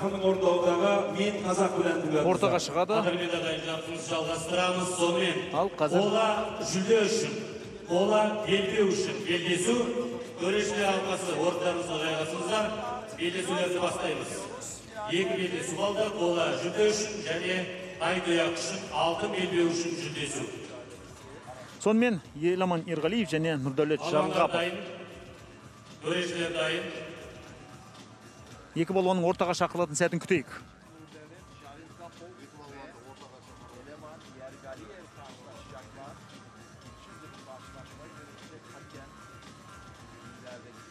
Я, бұл кезекке, бұл үшінші орын үшін белдесуге Еламан Ерғалиев және Нұрдәулет Жарылғапов шығып отыр. Қола белбеу үшін жүлдесу. Белдесу ортаға шақырылады. Қос балуан алдарыңызда қызыл беренде Ақтөбе облысы өкілі Еламан Ерғалиев ортаға шақырылады.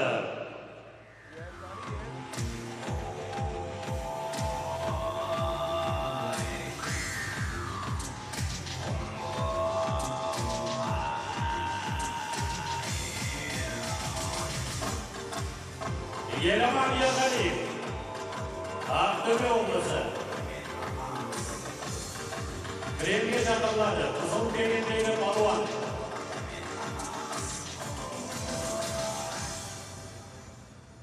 Еламан Ерғалиев қазір қызыл бұрыштан шығуға тиіс, құрметті көрермен. Еламан жартылай финалда Ғалымжан Қырықбайға есе жіберіп қойды.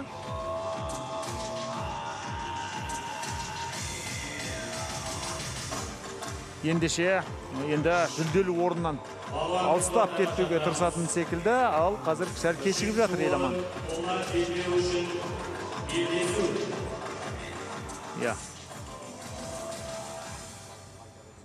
Сонымен бір қошемет көрсетейін алдарыңызда. Еламан Ерғалиев, Ақтөбе облысы өкілі, лақап аты Жалаңтөс, Қазақстан барысының жеңімпазы, Қазақстан чемпионатының жүлдегері, көшпенділер ойындарының күміс жүлдегері, спорт шебері, бапкерлері Хаким Арсен арнайы автобусына шақырып, дайындығына жағдай жасап жатқан Хамин Баймашев, сонымен қызыл бередегі палуан Еламан Ерғалиев Ақтөбе облысы алдарыңызда. Еламанның қарсыласы көк беренді балуан Нұрдәулет Жарылғапов, Маңғыстау облысы. Лақап аты Қаракура. Нұрдәулет Қазақстан Республикасы чемпионы. Қазақстан Республикасы кубогының жеңімпазы, көшпенділер ойындарының жүлдегері, спорт шебері, жеке бапкері Елубай Кенжебай. Сонымен Еламан Ерғалиев, Нұрдәулет Жарылғаповтың да тамаша мүмкіндігі болды, бірақ соңғы секундтарда дәлірек айтқанда жартылай финалда Дәурен Нұралиновқа бір бүгі пайым беріп қойды. Осылайша тек белдесу нәтижесімен келіспейтін нұқтырғанмен бәрібір ержеден аттап кете алмайды. Осылайша Нұрдәулет өз карьерасында, өзінің спорттағы ғұмырында тұңғыш рет қола жүлде үшін, Қазақстан барысының қола жүлде үшін, қола белбеу үшін күреске шығып отыр. Бұл да жаман нәтиже емес. Маңғыстаулық балуан өзіне осыған дейін берілген сенімді ақтады десек болады. Өйткені репортажымыздың басында айтқандай, Нұрдәулетов нағыз оза шабатын жасқа жетті. 25 деген бір нағыз ердің, азаматтың жас екенін білесіздер. Бұл жерде әдіс есепке алынған жоқ. Тәуекелге барған Жарылғапов болатын. Күресті тоқтатамыз, яғни екі балуанға қазір үзіліс беріліп, бейне бақылауды қайта тамашалайтын секілдіміз. Бұл жерде Нұрдәулеттің әдісі тізесін қойып жасалды ма, жоқ, толық әділ істелді ме? Оған да назар аударайық. Қарайық міне. Тізесінің жерге қойып алды ғой. Сондықтан бұл жерде төрешінің шешімі күмән тудырмауға тиіс деп ойлаймыз. Қараңыздар, міне тізені жерге қойып алды. Сондықтан бұл жерде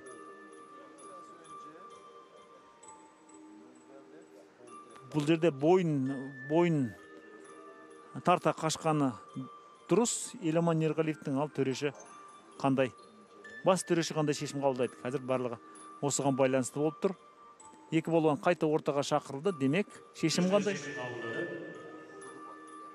Бүгі пайы Нұрдәулет Жарылғаповқа берілді. Ендеше алға шықты. Қазір көк белбеулі балуан Нұрдәулет Жарылғапов, ал Еламан Ерғалиев мұндай сәтте екілене шабуылдауға тиіс. Өйткені уысынан қола белбеуде сусып барады. Сондықтан ар жағындағы 3 минут 18 секундта қазір атойлап жүріп есе қайтаруға тырысады. Жартылай финалдағы жеңілісі бұл жігіттің де өзегін өртеп тұрғаны күмән келтірмес. Ал қазір ыңғайына келтірді, бірақ қол босап кетті. Желкеден жармасқан сәтте Жарылғапов бойын тіктеп үлгерген екен. Енді қалай болады? Қазір тіпті ұршықша үйретіндей ыңғай танып тұр Еламан Ерғалиев, бірақ сыртқы түрі момақан болғанмен Нұрдәулеттің бұл жерде белі қоймасы анық. Ал қазір әдіс нәтижесіз лақтырмақ болды. Жамбасқа алып, аяқты дұрыс шалды Еламан, бірақ соңғы сәтте бәрібір Нұрдәулет бұл жерде сытылып үлгерді. Қалай дегенде де Нұрдәулеттің психологиялық тұрғыдан қиналып тұрғанын байқауға болады. Және қазір дәрігер көмегіне де жүгінетін секілді. Жаңағы жартылай финалдағы сәтсіздік бұл жігітті әлі де қинап тұрғанын осыдан ақ байқауға болады. Қазір тырнағы сөгіліп кетті ме, қалай болды? Дәрігер көмегі керек, және дәрігер оған 2 минут арасында көмек беріп үлгеруге тиіс. Тіпті қолын пластермен саусағын орап тастауы да мүмкін. Қалай дегенде де қола жүлде үшін, тіпті қолының байқасаңыздар терісі де сыпырылып кеткен екен. Сондықтан бұл жерде Нұрдәулет Жарылғапов бір аяңкөстікке барып тұр деуге келмейді. Артынан әдеттегідей жеңімпаз бен жүлдегерлерді марапаттау рәсімін өткіземіз. Сонымен, ал Еламан болса, аздап тынығып алуға тамаша мүмкіндік бар. Яғни Еламанның ширғып тұрғанын байқауға болады. Жаңағы қарсыласы бір ұпай алып кеткеннен кейін, бүгі ұпайын алып кеткеннен кейін, бұл жігіт бәрін қалпына келтіруге уақыттың жеткілікті екеніне сенімді секілді. Қазір 2 минут 38 секунд бар. Дәрігердің көмегі 2 минут басталды. Ал қазіргі сәтте байқасаңыздар, Нұрдәулет өзі саусағын орап жатыр. Яғни дәл қай тұсына орауға қажет екенін жақсы түсінеді, және бұл 2 минут естеріңізге саламыз. Бірақ дәрігердің көмегіне жүгініп болды, ендеше ары қарай жалғасады. Белдесу жалғасады. Бастаймыз. Жігіттер шегінбейміз. Ал қазір қалай болар екен?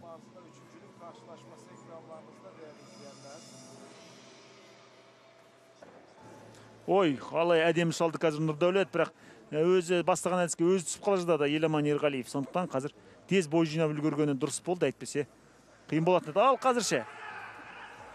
Жоқ, екеуінде белі мықты екенін байқап тұрмыз, әдіс іске асқан жоқ. Екеуінде лақтыратын, кезегі лақтыратын мүмкіндігі болды, бірақ бел шыдап берді. Бел шыдап берді. Иә, қазіргі сәтте Нұрдәулет енді белін ауырсынып тұр. Нұрдәулет тағы да жарақат алып қалған секілді, бірақ қазір ескерту алады. Иә, ескерту.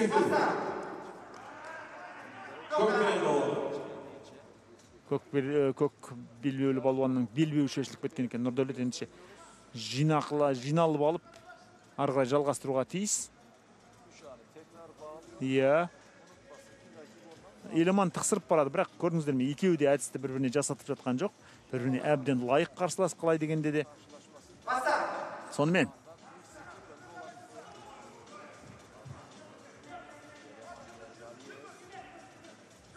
қазір Нұрдәулеттің бапкері сөз көмегін беріп ақ жатыр, бірақ екеуі де қазір аяқпен ұмтылған сәтте бірін-бірін ала алатын емес.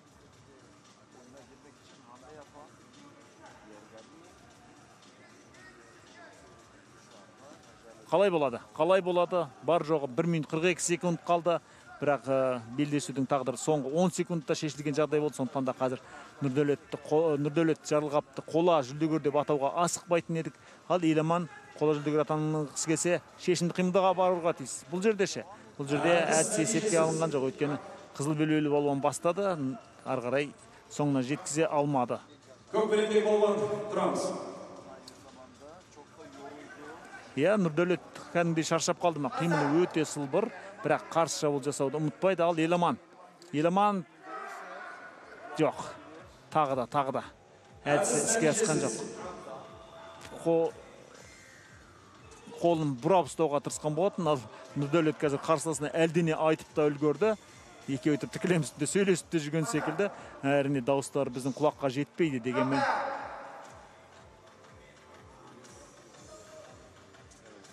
Екеуіне де ескерту. Сөйлескендер үшін екі балуанға да ескерту берді. Екі балуанға да сөйлескен үшін ескерту. Жас еліміз бойынша қарсыластар бір-бірімен сөйлеспеу керек. Төрешілер дер кезінде шешім қабылдап отыр. Яғни әркім ойын айта беретін болса, онда әдіс нәтижесіз белдесудің не сәні қалады бұл жерде. Ортаға отырып дебат жасайтындай жағдай емес қой. Тұрамыз. Нұрдәулет. Иә. Нұрдәулет бүгіп айын көздің қарашығындай сақтауын сақтап жатыр, бірақ қарсыласы андыздап қайта шабуылдамақ, және Еламан қазір сәтте сілкілеп жатыр. Сілкілеген күйі енді ширіп түсіре ала ма көрейік. Кездесудің соңғы минуты басталды. Қане, қайрат күтеміз жігіттерден.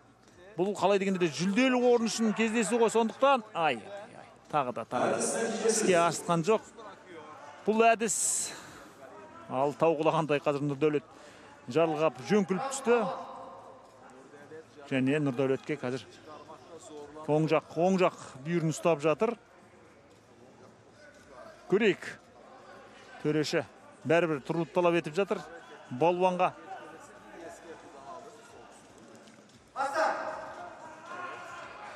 Ал соңғы 45 секунд. Еламан есені қайтаруға тырысады және шалды бұл жерде. Жоқ, тағы да Нұрдәулет байқадыңыздар ма? Еламанның қалай шабуылдайтынын біліп отыр. Ақырын ғана үстіне құлай салып жатыр бар салмағымен.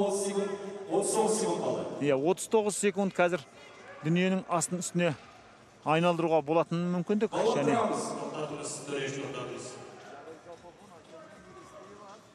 қазір Нұрдәулетке ескерту берілуі мүмкін. Жоқ, ескерту берілмеді. Ал көрейік қазір. Ерғалиев Ой. Міне қапысын тапты деген осындай болады, құрметті көрермен. Бағадан бері сылбыр күресіп жүрген Нұрдәулет Жарылғапов осылай бір аңыс маңды тамаша күтіп тұрған екен. 3 минут 29 секундта Жарылғапов тамаша жеңіске жетті. Қарсыласты аяқтан шалып түсірді. Осылайша Еламан Ерғалиев өз әдісіне өзі басты түсіп қалды. Ал Нұрдәулет ерініп жүріп күрескен Нұрдәулет. Иә, қараңыздар, қарсыласқа құрмет білдіріп тұр. Иә, Қазақстан барысы 2021 турнирінің қола жүлдегері, қола белбеу иегері Нұрдәулет Жарылғапов.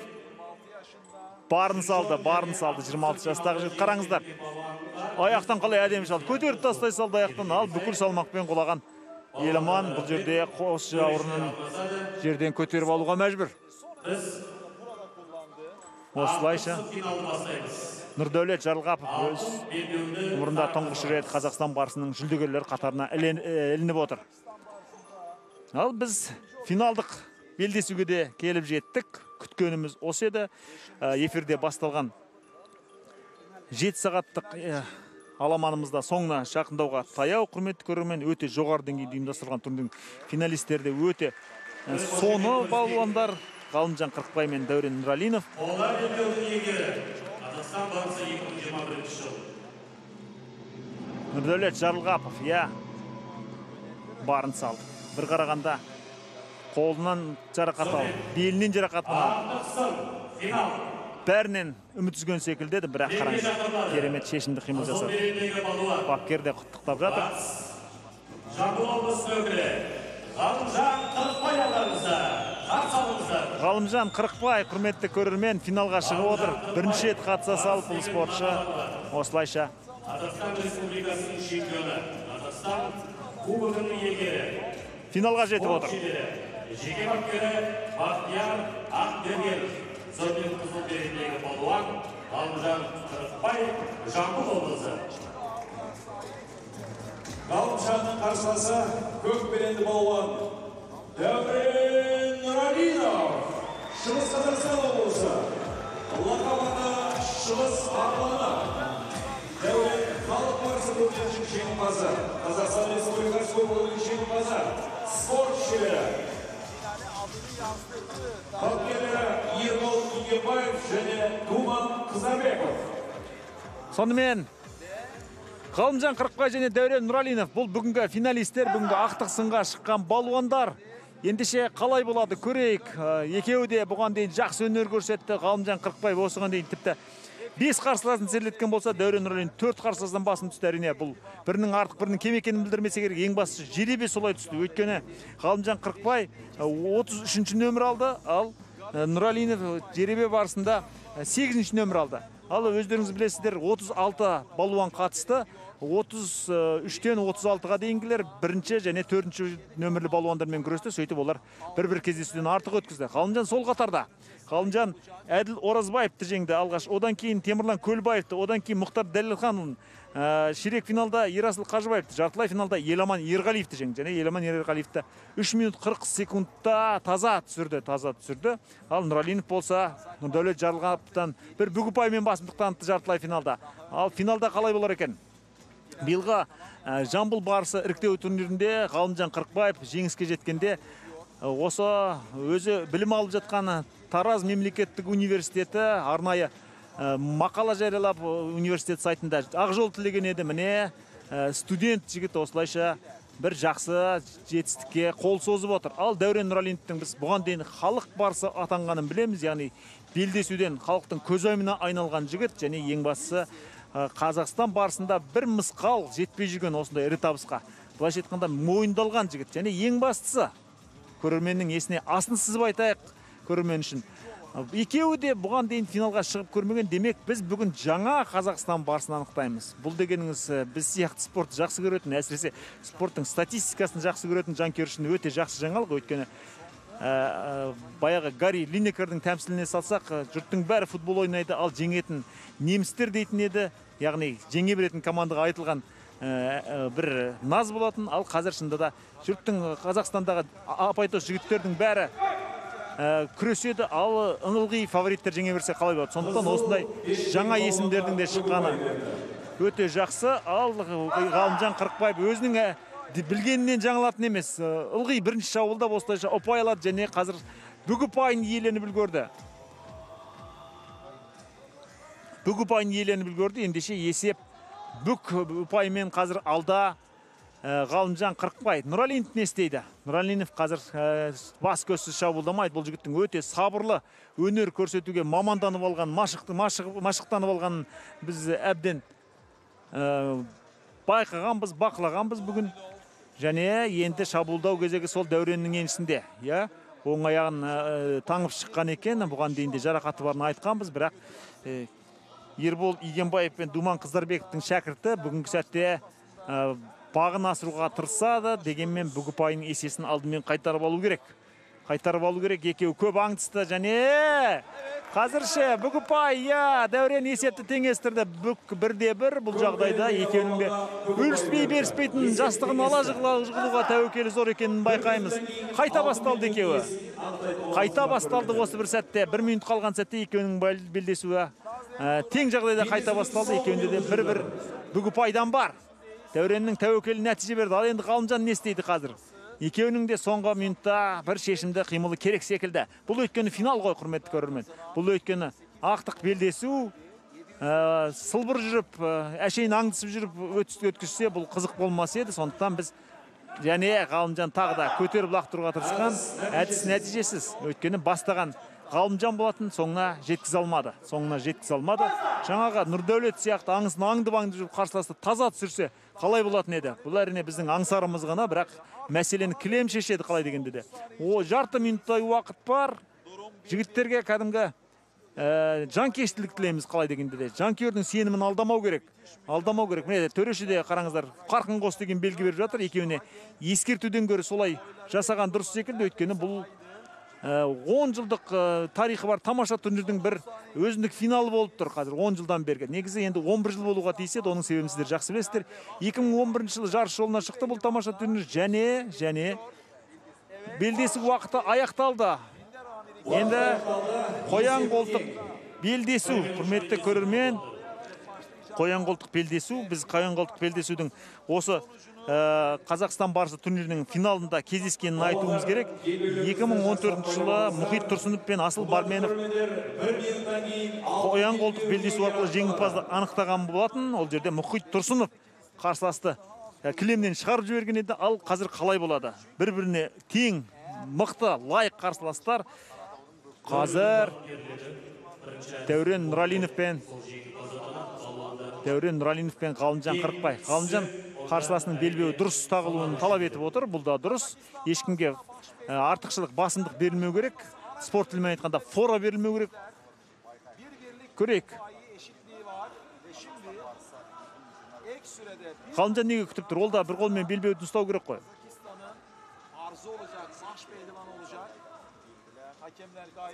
Міне екеуі тең жағдайда. Жоқ. Қазір Дәурен Нұралин қолын тартып алып жатыр ғой.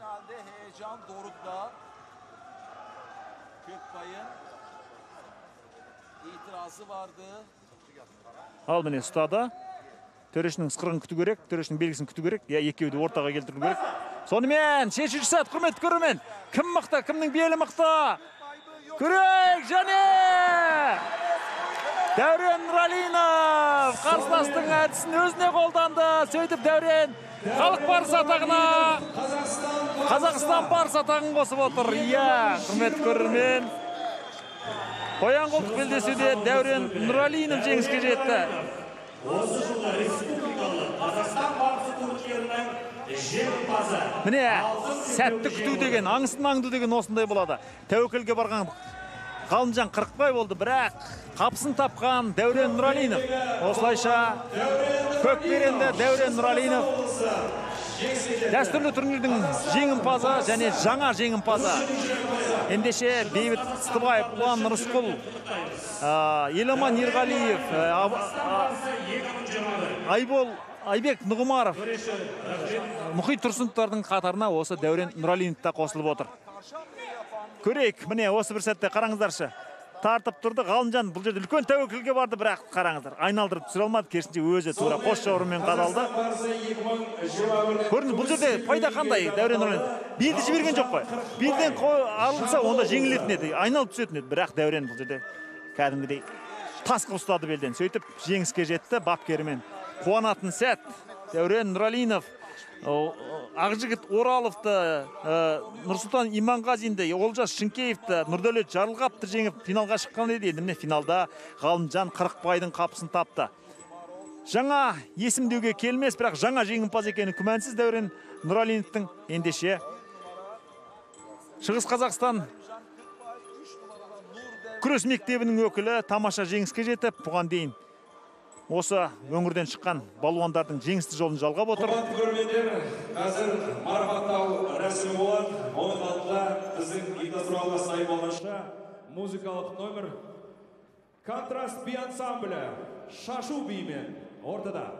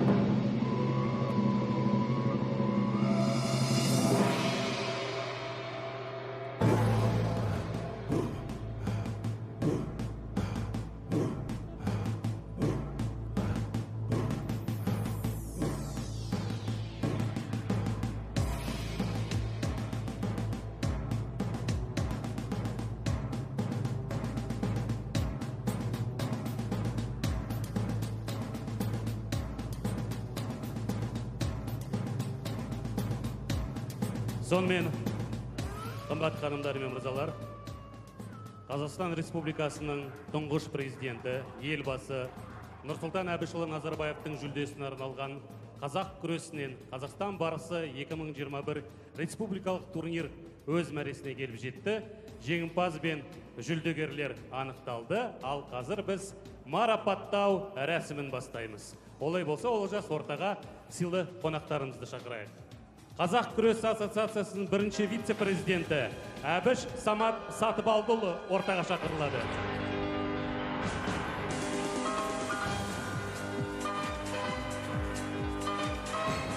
Қазақстанның жауынгерлік өнер ассоциациясының президенті Садықұлов Әнуар Төлеуханұлы ортаға шақырылады. Сонымен қатар Қазақстанның жауынгерлік өнер ассоциациясының бірінші вице-президенті Мұрзалин Мәлік Кеңесбайұлы ортаға шақырылады. Қазақ күресі ассоциациясының бас хатшысы, Қазақстан барысы қазақ күресін қолдау және дамыту қоры қамқоршылық кеңесінің төрағасы Есекеев Қуанышбек Бақытбекұлы ортаға шақырылады. Сондай-ақ Нұр-Сұлтан қаласы дене шынықтыру және спорт басқармасының басшысы Ерғалиев Самат Секханұлы ортаға шақырылады. Қазақстан барысы жобасының бас демеушісі, Магнум сауда желісінің басқарма төрағасы Османов Азамат Маратұлы шақырылады.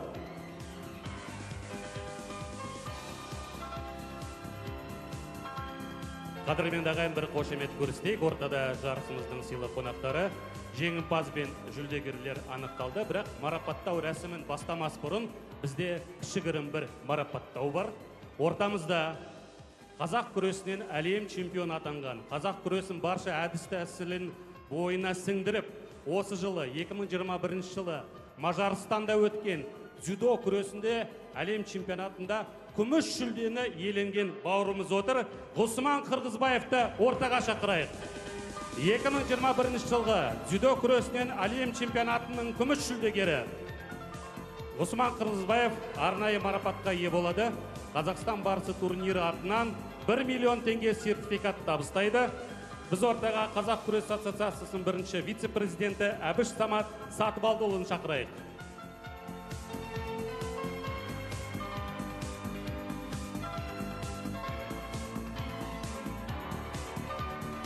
Бір қошемет, Ғұсман Қырғызбаев 2021 жылғы әлем чемпионатының күміс жүлдегері дзюдо күресі. Байрақты бәсекелерде еліміздің жалауын жоғары көтеріп жүрген спортшы бауырларымызға тағы да бір қошемет көрсетіп отырсақ. Ғұсман Қырғызбаев. Ал енді Олжас бауырым, балуандар дайын, қонақтарымыз дайын. Біз марапаттау рәсіміне көшейік. Ендеше, үшінші орын иеленген бүгінгі жарыстың қола жүлдегері Қазақстан барысы 2021-дің қола белбеу иегері Нұрдәулетов Жарылғапов. Нұрдәулет Жарылғапов ортаға шақырамыз. Сонымен қола жүлде иегері Нұрдәулет Жарылғапов. Маңғыстау облысының өкілі тамаша нәтижеге жетіп отыр. Құттықтаймыз. Және бапкері Елубай Кенжебай ағамыз ортада.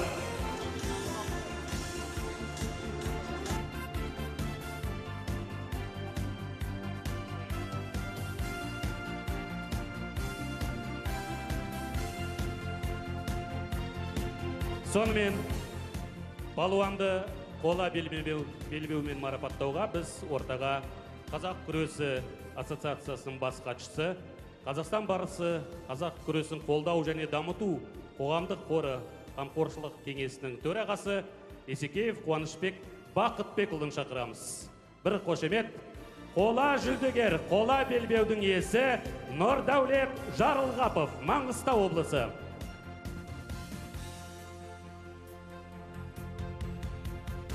Балуанға қаржылай сыйақы табыс ету үшін 1 миллион 800 теңге сертификатын табыстауға Нұр-Сұлтан қаласы дене шынықтыру және спорт басқармасының басшысы Ерғалиев Самат Серханұлы шақырылады. Сонымен 1 миллион 800 мың теңгенің сертификаты және қола белбеу табыс етілді, ал бапкеріне 900 мың теңгелік сыйақы сертификаты. Өте жақсы. Тамаша нәтиже. Сіздер әрқайсыларыңыз бір-бір жүлдеден тапсырасыздар. Сол себепті бізді тыңдап отырсаңыздар абзал болады. Әр қонағымыз бір-бір жүлде тапсырады. Сонымен тағы бір қошемет көрсетейік. Қола жүлдегердің иесі Нұрдәулет Жарылғапов, қола белбеудің иесі. Сонымен қатар 1800 теңге көлемінде сертификат және бапкері Елубай Кенжебай арнайы 900 мың теңге алып отыр. Оны табыс еткен Қазақстан барысы жобасының бас демеушісі, Магнум сауда желісінің басқарма төрағасы Османов Азамат Маратұлы. Марапаттау рәсімін одан әрі жалғастырамыз. Екінші орын күміс белбеу. Ортаға шақырылады. Күміс белбеудің иегері Ғалымжан Қырықбай, Жамбыл облысы. Ғалымжан Қырықбай бүгінгі биылғы турнирдің күміс белбеуінің иегері. Бақтияр Ақбергенов. Алғаш рет қатысып осындай тамаша нәтижеге жеткен спортшыны құттықтаймыз, және оның бапкерді ортаға қоса шақырылып отыр. Жамбыл облысының балуаны өте жақсы өнер көрсетті. Президенті Садықұлов Әнуар Төлеуғанұлы ортаға шақырылады. Ол кісі бізге белбеуді табыстайды. Күміс белбеу Екінші тапсырылады орын қазір. Ғалымжан Қырықбай Жамбыл облысы. Күміс белбеудің иегері. Өте салқын қанды спортшы қазір белбеуді беліне тағады және Сондай-ақ Қазақстанның жауынгерлік өнер ассоциациясының бірінші вице-президенті Жарасымда Мырзалин Мәлік қараңыздар. Кеңесбайұлы, сізді ортаға шақырамыз. Балуан мен бапкеріне жаңағы ақшалай сертификатты табыстаңыз. сонымен Балуанға 5 миллион 500 мың теңге сыйақы сертификат табысталады. тамаша. Құтты болсын дейміз Бапкері неде? спортшыға. Мәлік Бапкері. Кеңесбайұлы, сіз бапкеріне де табыстайсыз. Бапкеріне Бапкеріне 1 миллион 800 теңгенің сыйақы сертификатын табыстауға Қазақстанның жауынгерлік өнер ассоциациясының бірінші вице-президенті Мұрзалин Мәлік Кеңесұлы шақырылады. 1 миллион 800 мың теңге бапкеріне Күміс сұнылды. белбеудің иегері. Ал енді қадірмен ағайын ортада 2021 жылғы Қазақстан барысы. Ортаға шақырылады Шығыс Қазақстан облысының өкілі Дәурен Нұралинов, біздің жеңімпаз. Бапкері Ербол Игенбаев. Қазақстан барысы 2021-дің жеңімпазы. Елбасы тұңғыш президентіміз Нұрсұлтан Әбішұлы Назарбаевтың жүлдесін алған Қазақстан барысы жобасының жеңімпазы бүгінгі су жаңа барыс. Дәурен Нұралинов жеңімпаз, құрметті көрермен. Осыған дейін жеңімпаз атанған жігіттердің қатарын толықтырып отыр. Сонымен Дәурен Нұралинов 2021 жылға Қазақстан барысы турнирінің мерейлі турнирінің жеңімпазы. Құттықтаймыз. 25 миллион теңге сыйақы алады және алтын белбеумен тайтұяқ. Жеңімпазға алтын және 25 миллион теңгелік қаржылай сыйақының сертификаты. Бәрін өзіңіз табыстайсыз. Ал алтын белбеу батырымыздың беліне жетер ме екен? Жететін секілді. Бел жігіттері жоқ, бірден иыққа салды Дәурен. Бірінші орында 25 миллион теңге қаржылай сыйақы сертификат табысталды. Бәрін сіз бересіз. Бірінші орын. Сонымен 25 миллион теңгенің сертификаты. Қазақстан барысы. Және бапкері Ербол Игенбаев 3 миллион 500 мың теңге. 3,5 миллион теңгелік сертификат бапкеріне беріледі. Құрметті көрермен, біз репортажды осы жерден аяқтаймыз. Эфирде сіздерге қызмет көрсеткен комментатор Есей Жеңісұлы. Келесі кездескенше аман сау болыңыздар. 2021 жылғы Қазақстан барысы Дәурен Нұралинов, Шығыс Қазақстан облысы.